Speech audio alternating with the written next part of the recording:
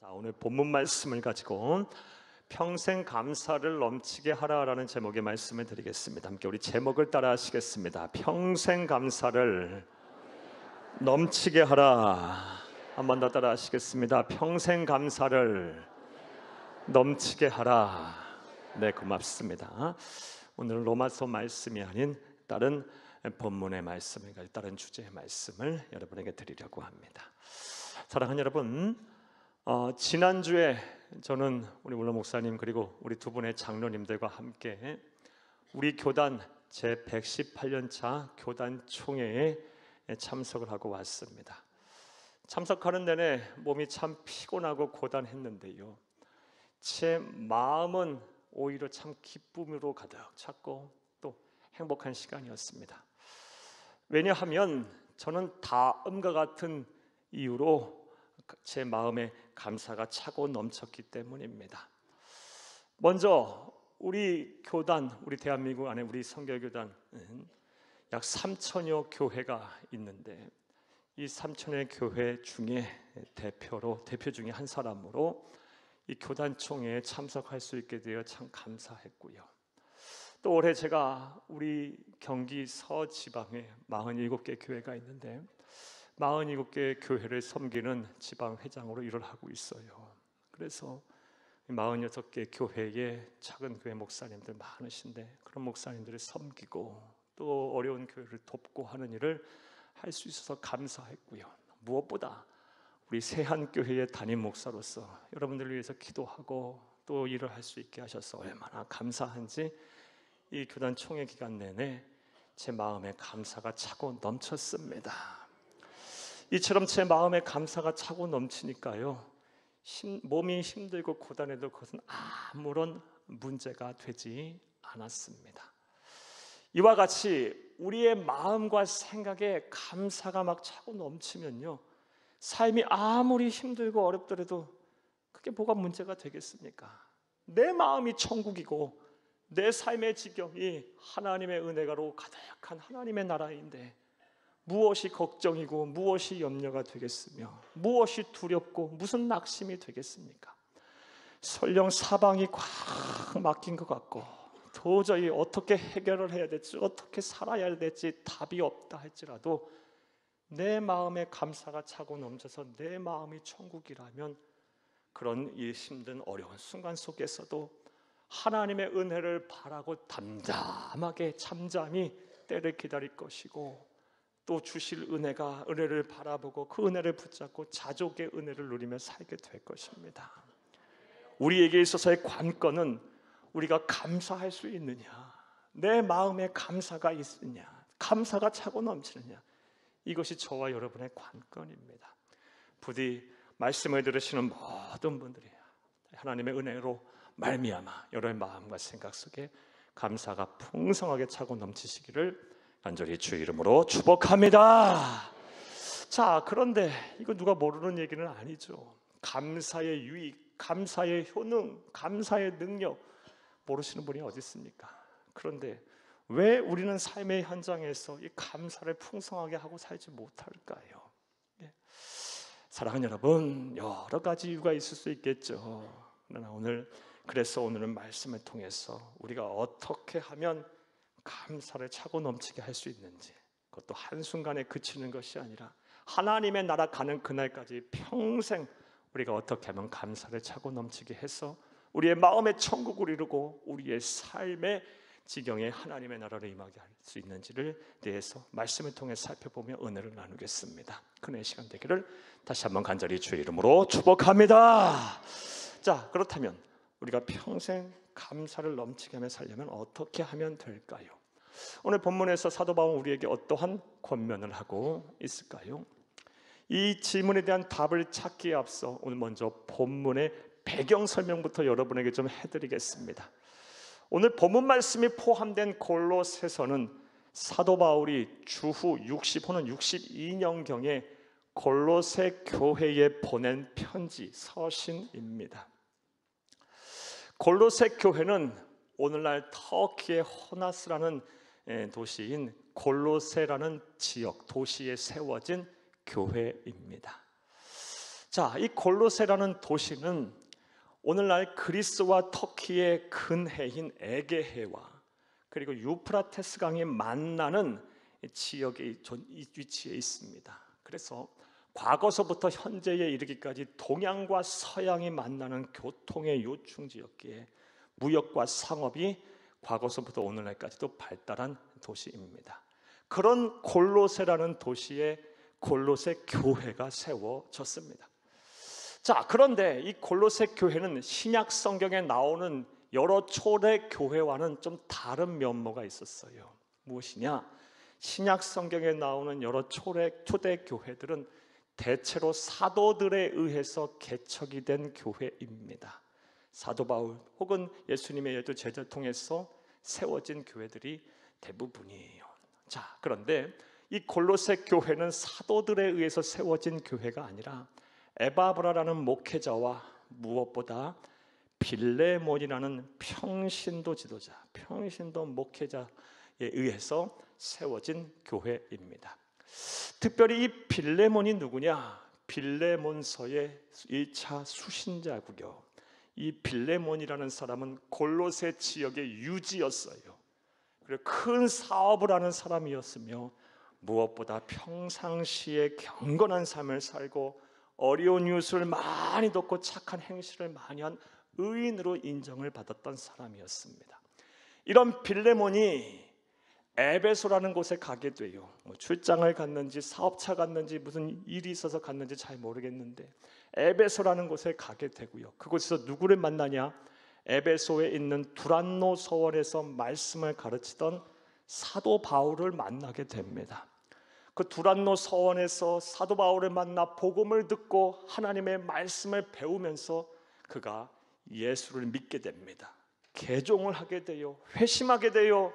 그리고 나서 골로새 도시로 고향으로 돌아가서 자신의 집에서 교회를 에바브라는 목회자를 초청해서 시작했으니 그 교회가 바로 골로새 교회입니다.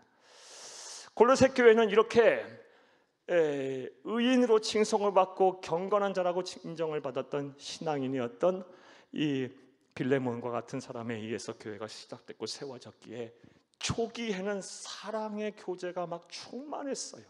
성도들이 서로 헌신하고 사랑하고 믿음의 교제를 충만하게 했어요. 그래서 사도 바울은 이런 골로새 교회를 향해, 골로새 교회 성도들을 향해 다음과 같이 칭찬을 하였습니다. 골로새서 1장 4절에서 6절을 함께 보겠습니다. 이는 그리스도 예수 안에 너희의 믿음과 모든 성도에 대한 사랑을 들었으며 너희를 위하여 하늘에 쌓아둔 소망으로 말미암았으니 곧 너희가 전에 복음 진리의 말씀을 들은 것이라. 6절 이 복음이 이미 너희에게 이름에 너희가 듣고 참으로 하나님의 은혜를 깨달은 날부터 너희 중에서 같이 또한 온 천하에서 같이 열매를 맺어 자라는도다. 너희 안에 사랑이 막 충만하고 서로 헌신하는 모습이 참 아름답다.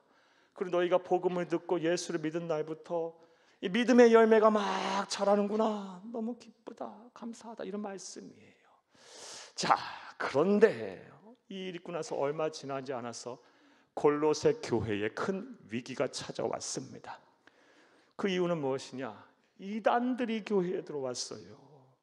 예수를 그리스도 믿는 믿음 말고도 율법을 온전히 지켜야 구원이 완성된다는 율법주의 이단들이 들어와서 복음을 막 왜곡하기 시작했어요.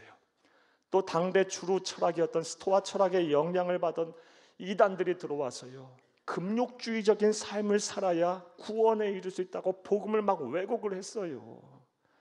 그러다 보니 성도들 간에 막 사분원열, 막 분열이 되기 시작했어요.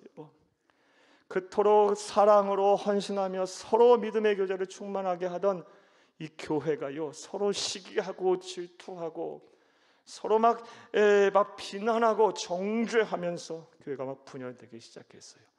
그래서 이를 염려한 나머지 이 소식을 듣고 사도 바울이 골로새 교회에 편지를 썼으니 그것이 바로 골로새서이고요. 그 핵심 내용이 뭐다? 감사해라. 주 안에서 기뻐해야 한다. 하나가 되어야 한다. 감사해야 한다라는 것이 골로새서의 주된 내용입니다. 그런데 사도 바울이 골로새 교회에 향하여 이 편지를 쓸 때는 사도 바울의 형편 상황은 아주 안 좋았어요.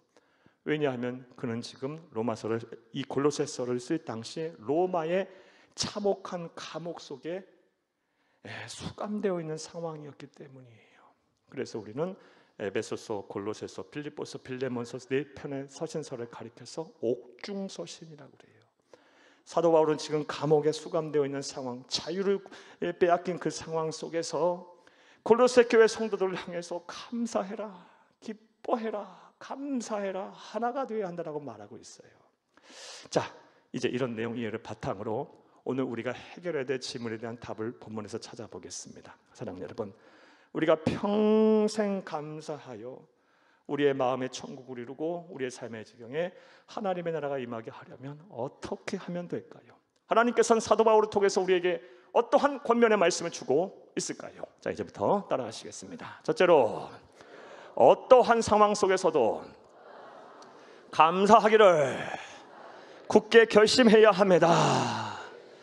나는 어떠한 상황 속에서도 감사하리라. 나는 어떤 일이 내게 일어날지라도 나는 감사하리라 라고 굳게 결심해야 돼요. 여기서부터가 시작이에요. 사랑하는 여러분, 오늘 보면 15절을 함께 보겠습니다. 그리스도의 평강이 너희 마음을 주장하게 하라.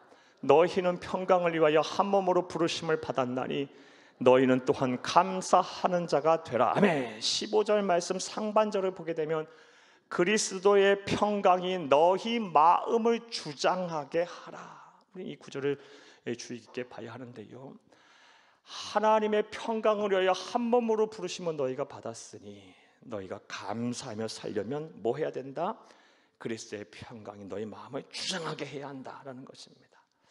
자, 여기서 주장하게 하라라고 번역된 헬라어 원어가 브라토에토라는 단어입니다. 이 브라토에토의 정확한 뜻은 굳게 결심하다라는 뜻이에요. 아주 굳게 결심하다라는 뜻이에요. 따라서 우리 그리스도인들이 그리스도의 평강이 가득하여 늘 감사하며 살려면 어떻게 해야 된다? 내가 어떠한 상황 속에서도 나는 감사하리라 라고 굳게 결심을 해야 한다는 것입니다. 그리하면 우리는 평생 감사할 수 있게 된다는 거예요. 다시 한번 정리해 볼게요. 사랑하는 여러분, 저와 여러분은 우리 주 예수 그리스도의 평강을 이 땅에 이루도록 부르심을 다 받았어요. 그래서 한 몸을 이루게 됐어요. 이 사역을 잘 감당하면 우리가 뭘 해야 돼요? 평생 감사하며 살아야 돼요. 그러려면 어떻게 해야 된다? 어떠한 상황 속에서도 나는 감사하리라 라고 굳게 결심부터 해야 한다는 것입니다. 여러분 가운데 이런 실천이 있기를 다시 한번 간절히 주의 이름으로 축복합니다. 이제 이 말씀 그대로 여러분에게 권면의 말씀 드릴게요. 사랑하는 여러분, 지금 여러분 평생 감사하기를 원하십니까? 그래서 여러분의 마음이 천국을 이루시기를 원하십니까? 가진 것 없어도, 이룬 것 없어도 하나님이 주신 은혜 하나만으로도 감격하면서 이 세상에서의 천국을 경험하며 살기를 원하십니까? 모든 염려와 근심에서 벗어난 삶을 살기를 원하십니까? 하나님이 주시는 자족의 은혜를 누리며 살기를 원하십니까? 그렇다면 나는 어떠한 상황 속에서도 어떤 일이 내게 일어날지라도 나는 굳게 나는 감사하리라라고 굳게 결심부터 하시기를 간절히 주의 이름으로 부탁합니다. 자, 이와 관련해서 다음과 같은 이야기를 여러분에게 해드리겠습니다. 사랑하는 여러분, 평생 감사라는 베스트셀러를 쓴 정광 목사님이 계십니다. 이 목사님이 또 어떤 책을 쓰셨냐? 감사가 내 인생의 답이다라는 책을 쓰셨는데요, 이 책에 보게 되면 미국 노스캐롤라이나 주의 휘디뿌디라는 도시에서 목회를 하고 계시는, 한인 목회를 하고 계시는 안나무 목사님의 간증이 기록이 되어 있어요. 이 간증의 제목이 무엇이냐? 100가지 감사의 비밀입니다. 이 내용을 간단하게 말씀드려 볼게요.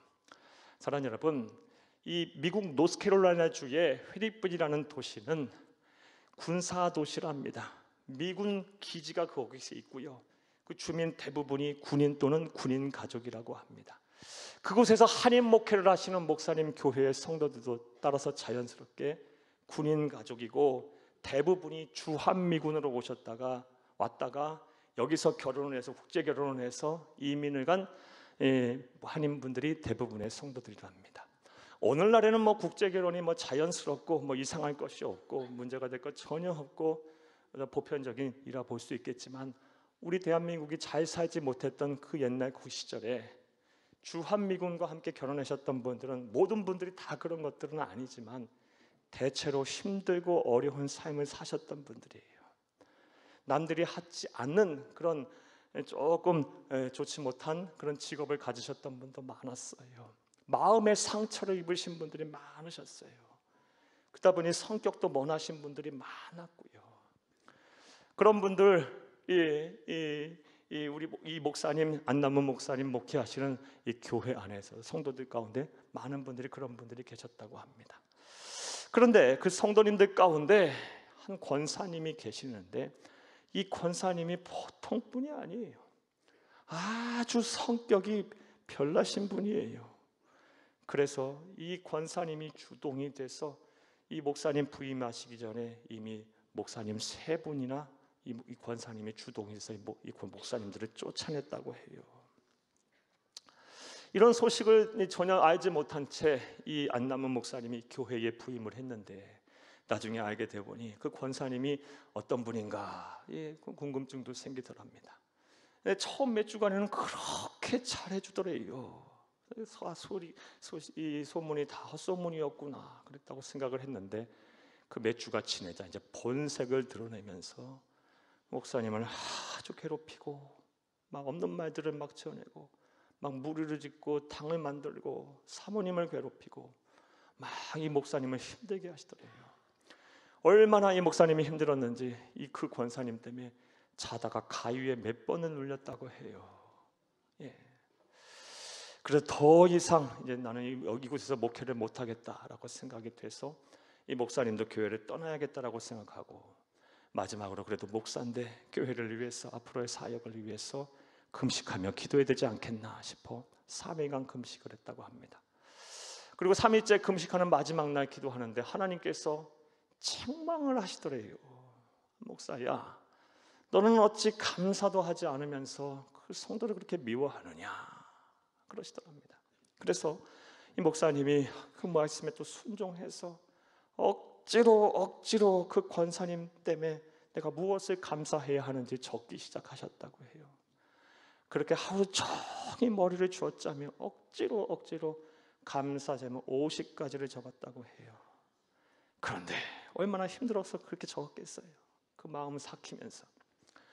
그런데도요, 이게 억지로 적은 거니까 가마감동이 안 되더래요. 그래, 찢어버릴까 하다가 이왕 시작한 거 100가지 한번 채워보자 라며 또 밤을 새워서 100가지를 적고, 이제 나 목회 현장에서 떠날 거니까, 이 교회 떠날 거니까 이 성도에게 직접 이거 전달하고 나는 교회 떠나야겠다, 마지막 이번 주에 고별 설교하고 떠나야겠다라고 하며 성도 댁에 갔는데 차마 얼굴을 보고 전달을 할 수가 없었답니다. 그래서 우체통에 놓고 집에 들어와서 이제 주일을 기다리는데 아무런 말도 없고 아무런 행동도, 어떤 일도 일어나지 않더랍니다. 그리고 나서 이제 주일이 됐는데 기적이 일어났다고 합니다. 그 권사님, 그렇게 싸나쁜 권사가요, 님이 두 손을 들고 막 울면서 목사님에게 달려오더래요. 그러면서 하시는 말씀이, 목사님도 사람이십니까? 어찌 제가 그렇게 목사님을 괴롭히고 사모님을 괴롭히고 목회를 힘들게 해서 목사님 쫓아내려 했는데 목사님은 어찌 저를 향해서 100가지나 감사의 제목을 적어주셨나요? 제가 이것을 읽다가 너무 감동이 되고 너무 죄송해서 눈물이 앞을 가려서 운전하다가 막 큰 사고도 날 뻔했어요. 목사님 너무 미안하고 죄송합니다 하면서 회심하고 변화가 일어났어요. 그래서 지금까지도 이 교회를 지키는 목사님의 든든한 동력자가 됐고, 이 권사님이 변화되니까 교회가 달라졌어요. 이런 은혜가 일어났다는 글을 읽어봤습니다. 사랑하는 여러분, 어떻게 이 권사님이 이렇게 변화가 됐고 교회의 변화가 일어날 수 있었을까요? 억지로라도 어떠한 상황 속에서도 나는 감사하리라 참으면서 밤새도록 억지로라도 막 감사 제목 100가지를 적어가며 굳게 결심했던 목사님의 결심에서 비롯된 거예요. 그리고 성령님께서 일하신 거예요. 누가 사람의 마음을 바꾸겠어요? 바뀐 척은 하겠죠. 사람의 마음은 하나님이 바꾸셔야 하는 거예요. 사랑하는 여러분, 어떠한 상황 속에서도 어떤 일이 일어날지라도 나는 감사하며 살리라 라고 굳게 결심하시기를 바랍니다. 거기서부터 시작이에요. 그러면 평생 감사할 수 있을 것이고, 평생 감사하게 되면 내 마음이 천국이 될 것이고, 설령 내 삶이 힘들고 고달프더라도 그건 아무런 문제가 되지 않을 것입니다. 이런 은혜와 실천이 저와 여러분 가운데 가득하기를 간절히 주의 이름으로 축복합니다. 자, 또 우리가 평생 감사하며 살려면 어떻게 해야 할까요? 하나님께서는 사도 바울을 통해 우리에게 어떠한 권면을 하고 있을까요? 따라하시겠습니다. 둘째로, 감사가 습관이 되도록 노력해야 합니다. 감사가 습관이 되도록 노력을 해야 돼요. 나는 어떠한 상황 속에서든 어떤 일이 일어나든 간에 나는 감사하며 살리라고 굳게 결심을 했다면 결심에서만 그치면 안 돼요. 그 결심이 겉으로 드러나와야 돼요. 빠져나와야 돼요. 표현이 돼야 돼요. 실현이 돼야 돼요. 실천이 돼야 합니다.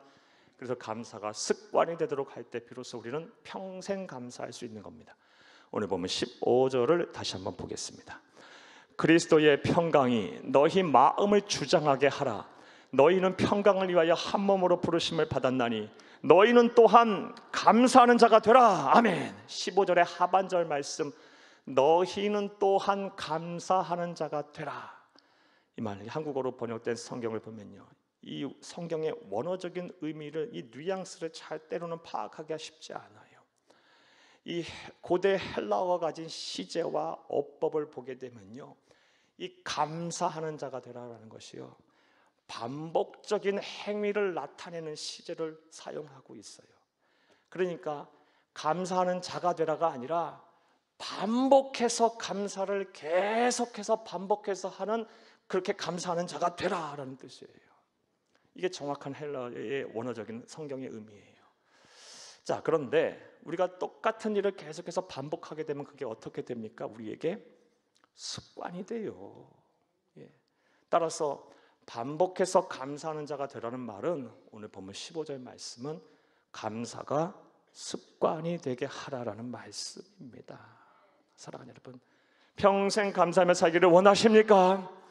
그래서 어떠한 상황 속에서 내 마음은 천국이 되고 내 삶의 자리는 하나님의 나라가 되기를 원하십니까? 모든 염려와 근심에서 벗어나 참된 자유와 만족을 누리며 참된 행복을 누리며 살기를 원하십니까? 하나님의 은혜를 소유하기를 원하십니까? 그렇다면 감사가 습관이 되게 하세요. 자, 또 생각해 보겠어요. 감사가 습관이 되게 하려면 또 어떻게 하면 될까요? 이에 대해서 다음 같은 조언의 말씀을 드리겠습니다. 세계적인 자기개발 전문가인 스티븐 기분이라는 분이 계시고요, 이분이 쓴 책 습관의 재발견이라는 책을 보면 다음과 같은 조언을 우리에게 하고 있어요. 많은 사람들이 좋은 습관이 생기지 않는 이유가 무엇인가? 좋은 습관이 생기려면 무엇이 필요한가? 대부분의 사람들이 좋은 습관을 들이기를 원하면서 다 작심삼일에 그친다라는 거예요. 그 이유가 무엇이냐? 이 좋은 습관을 들이기까지 실천의 목표를 너무 높게 세운다는 것입니다. 너무 크게 세운다는 거예요.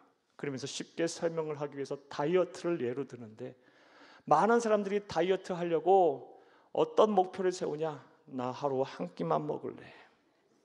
여러분, 한 끼만 드실 수 있어요? 그리고 나 어디 가서 1시간씩 2시간씩 날마다 운동할래. 여러분, 바빠 죽겠는데, 일하기도 바쁘고 사는 것도 힘들고 피곤한데 날마다 어디 가서 1시간씩 2시간씩 운동할 수 있습니까? 물론 불굴의 의지를 가지고 하루 한 끼만 드시고 막 그게 한두 시간씩 어디 가서 운동하시는 분도 계세요. 그래, 대부분은요 그렇게 하겠다고 하고 못해요. 그렇게 하지 말고, 정말 다이어트 하고 싶으면 밥량을 조금씩 줄여나가라. 엘리베이터 타지 말고 계단 걸어라. 밥 천천히 먹어라. 그런 작은 실천부터 하라고 말을 하고 있어요. 그렇게 하면 결국 원하고 이루고 바라는 바를 이루게 되고, 그런 작은 실천을 통해서 좋은 습관이 내 삶에 젖어들게 된다, 자리 잡게 된다라는 조언을 하고 있습니다. 감사도 똑같아요. 사랑하는 여러분, 여러분이 하실 수 있는 감사, 작은 감사의 실천부터 시작해 나가세요. 그래서 좋은 감사의 습관이 여러분 되도록 노력을 하세요. 이와 관련해서 죄송하지만 제 얘기 조금 해드릴게요. 사랑하는 여러분, 제가 우리 교회 담임 목사가 된 다음부터 제가 그래도 날마다 아직 갈 길이 먼 목사지만, 더 많은 감사의 훈련이 필요한 목사지만 제가 실천하고 있는 바가 있어요. 그게 무엇이냐? 저는 누구를 만나든, 저와 알지 못하는 처음 만나는 사람이든 아니면 저하고 무슨 이해관계가 있던 사람이건 아니건 간에 만나건 대화하건 문자를 보내건 전화하든 간에 저는 감사합니다, 고맙습니다 말을 수도 없이 해요. 심지어 저에게 호의적이지 않아도 저는 감사합니다, 고맙습니다 말을 꼭 해요. 사랑하는 여러분, 그것은 물론 우리 상대방을 위함이기도 하지만 제 자신의 마음의 평화를 누리기 위해도 위함이에요. 서로 좋은 거예요. 사랑하는 여러분, 그러다 보면요 그냥 입에 감사가 붙어요. 그리고 마음의 평화가 오고 내 감사가 내 안에 넘쳐나게 돼요. 저 같은 사람들 이렇게 실천할 수 있다면 여러분도 더 잘하실 수 있을 거예요. 지금부터 여러분이 하실 수 있는 작은 감사의 실천들을 실행해 나가시기를 바랍니다. 어떤 분들은 하루 5분, 10분 시간 내서 오늘 하루 동안 내가 감사할 일이 무엇인가에 대해서 생각해 볼 수도 있을 것이고, 적어 볼 수도 있을 것이고, 또 뭐 많이도 필요 없어요. 단 한마디라도 나는 누구에게 감사를 표현하리라. 아내에게, 남편에게, 부모의 자녀에게, 또 형제에게, 이웃에게, 또 직장에서, 사업장에서, 삶의 자리에서, 교회에서 누군가 만나는 사람마다 에게 나는 감사하겠다, 이 말부터 하겠다. 이런 작은 실천들을 할 수 있을 거예요. 이 외에도 여러분 삶의 자리에서 여러분이 하실 수 있는 일이 많을 거라고 봐요. 찾으세요. 실천하세요. 그래서 작은 감사부터 실천하셔서 감사가 습관이 되게 하시기를 간곡히 주의 이름으로 부탁합니다.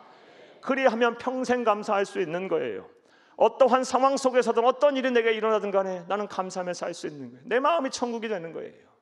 이런 은혜와 실천이 저희 여러분들 충만하기를 다시 한번 간절히 주의 이름으로 축복합니다. 또 본문 말씀을 통해서 사도 바울은 우리에게 어떠한 권면의 말씀을 하고 있을까요? 우리가 평생 감사하려면 우리는 무엇을 실천해야 할까요? 따라 하시겠습니다. 셋째로, 감사를 서로 가르쳐야 합니다. 감사를 서로 가르쳐라라고 말씀하고 계세요. 그리하면 평생 감사할 수 있다. 그리스도인으로서 서로 감사하며 살 수 있다라고 감사하고 우리에게 감사를 하라고 서로 가르치라고 말씀하고 계세요. 오늘 본문 16절, 17절을 함께 보겠습니다.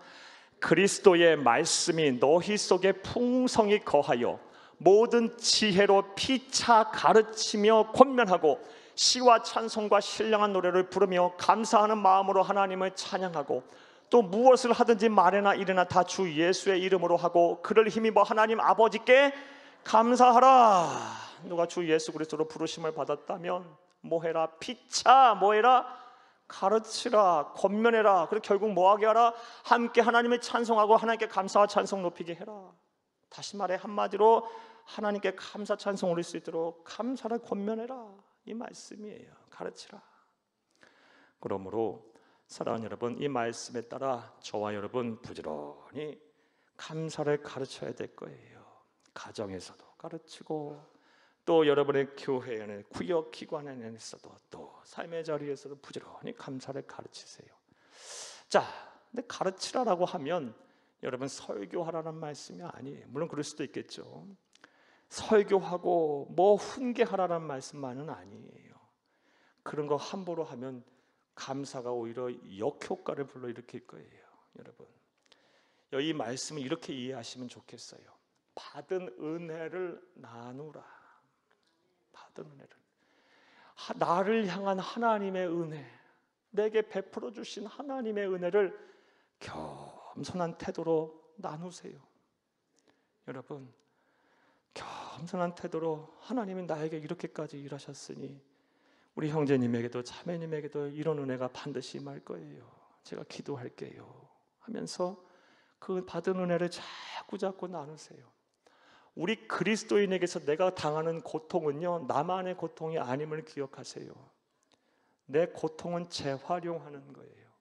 나보다 더 어려운 상황 속에 놓인 사람들에게 내가 지나왔던 이 수많은 고통의 시련, 하지만 그 가운데서 일하셨던 하나님의 은혜를 막 나눠보세요. 그렇게 하면 할수록 하나님의 나라는 점점 확장이 돼가는 것이고 내 마음도 천국이 되고 듣는 상대방도 천국이 되는 거예요. 부지런히 하나님의 말씀, 하나님의 받은 은혜를 나누세요. 그리하면 평생 감사할 수 있을 것입니다. 이런 은혜와 실천이 저와 여러분과 함께 하기를 간절히 주의 이름으로 부탁합니다. 자, 그런데 조금만 더 생각을 해볼게요. 왜 평생 감사를 이야기하면서 감사하며 살라고 하면서 감사를 가르치라고 말했을까요? 이것에서 이러한 말씀을 좀 묵상을 해보고 또 자세히 검토해보니 크게 두 가지 이유 때문이라는 생각이 들었어요. 첫 번째 이유는 사랑하는 여러분, 내가 누군가에게 무엇인가를 가르칠 때 가르치는 사람이 가장 많이 아는 법이에요. 그리고 정확하게 아는 법이에요. 나아가 깊게 아는 법입니다. 가르치는 사람만큼 여러분 더 많이 알고 더 정확하게 알고 깊게 알지는 못해요. 배우는 사람이요. 감사도 똑같아요. 여러분이 감사를 자꾸 나누고 받은 은혜를 가르치고 또 베풀고 하게 되면 여러분이 이해하는 감사의 깊이가 다를 거예요. 여러분이 이런 나눔을 통해서 반대로 하나님께서 주시는 감사, 또 다른 감사하게 하는 그 수준이 달라질 거예요. 부지런히 받은 은혜를 나누고 감사를 가르치세요. 그러면 감사의 깊이가 달라질 것이고 받은 또 다른 은혜의 수준이 달라질 거예요. 이런 실천이 있기를 간절히 바랍니다.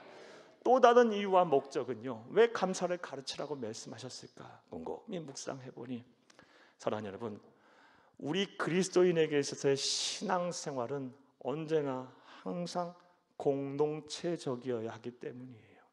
그게 성경에서 우리에게 요구하는, 성경이 우리에게 요구하는, 하나님이 우리에게 요구하시는 신앙생활이에요. 신앙생활은 절대 개인만 하는 거, 혼자만 하는 것이 아니에요.